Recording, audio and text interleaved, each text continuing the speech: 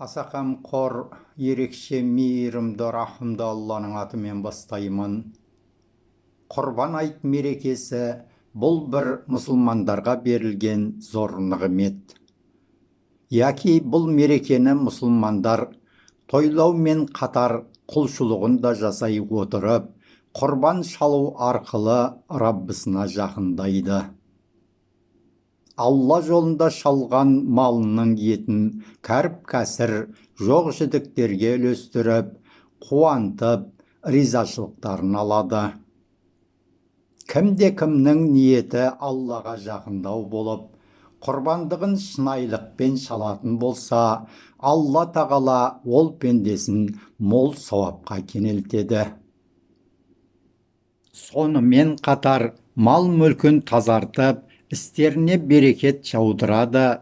Мұсылманның Алла жолына арнаған құрбандығы еш уақытта құр-бекер жел болып ұшып кетпейді, яғни зая кетпейді.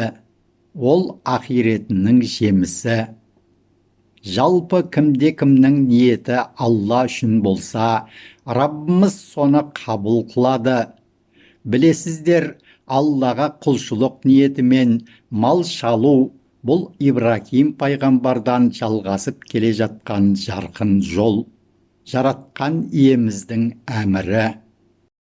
Құрандағы Хаж сүресінде Алла тағала кімде-кім Алланың елеулі дін белгілерін ұлықтаса, бұл жүректің тақуалығынан, әрбір үмбет үшін өздеріне ризық қылып берілген адал малдарынан тек қана Алланың атын атап, бисмиллах деп құрбан шалуды белгіледік.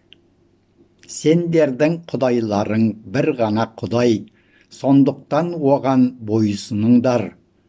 Сондай-ақ өздеріңе ризық қылып берілген малдарыңнан белгіленген құрбан айт мерекелерінде Алланың атын атап құрбан шалыңдар. Өздеріңде құрбандықтың етінен жеңдер, әрі жоқ-жітік пақырларға да беріңдер. Аллаға олардың еті, қаны бармайды, бірақ сендердің тақуалықтарың, жақсы ниеттерің ғана барады. Сендерді дұрыс жолға салған Алланы ұлықтауларың үшін алдарыңдағы малды сендерге бой ұсындырып қойдық. Ей Мұхаммед, жақсылық істеушілерді қуант дейді. Ал Каусар сүресінің 2-ші аятында Алла тағала: ей Мұхаммед, Раббың үшін айт намазын оқыда, құрбан шал деп бұйырады. Тирмизи риуаят еткен бір хадисте пайғамбарымыз оған Алланың салауаты мен сәлемі болсын, адам баласы құрбан айт күні қан шығарудан артық Алла тағалаға жағымды іс істемеген. Әлбетте, құрбан малдары қиямет күні мүйізі, жүні және тұяғымен келеді. Әлбетте, қан жерге ағудан бұрын Алланың құзырындағы орынға жетеді. Ендеше оны шын жүректен шалыңыз деген.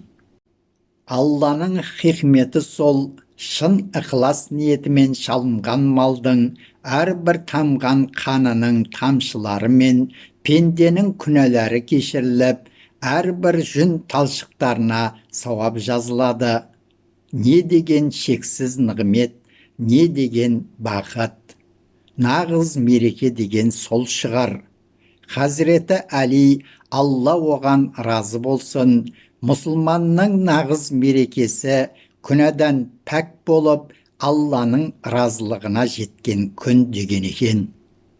Ал Абай атамыз мал сою құлшылық, ал көңіл табу адамгершілік. Нағыз мұсылман осы екеуін де айтта қатар орындайды дейді. Сондай-ақ құрбан айт мерекесі құтты болсын, шалған құрбандықтарыңыз қабыл болсын, мерекеде көңілдеріңіз барынша шат болсын.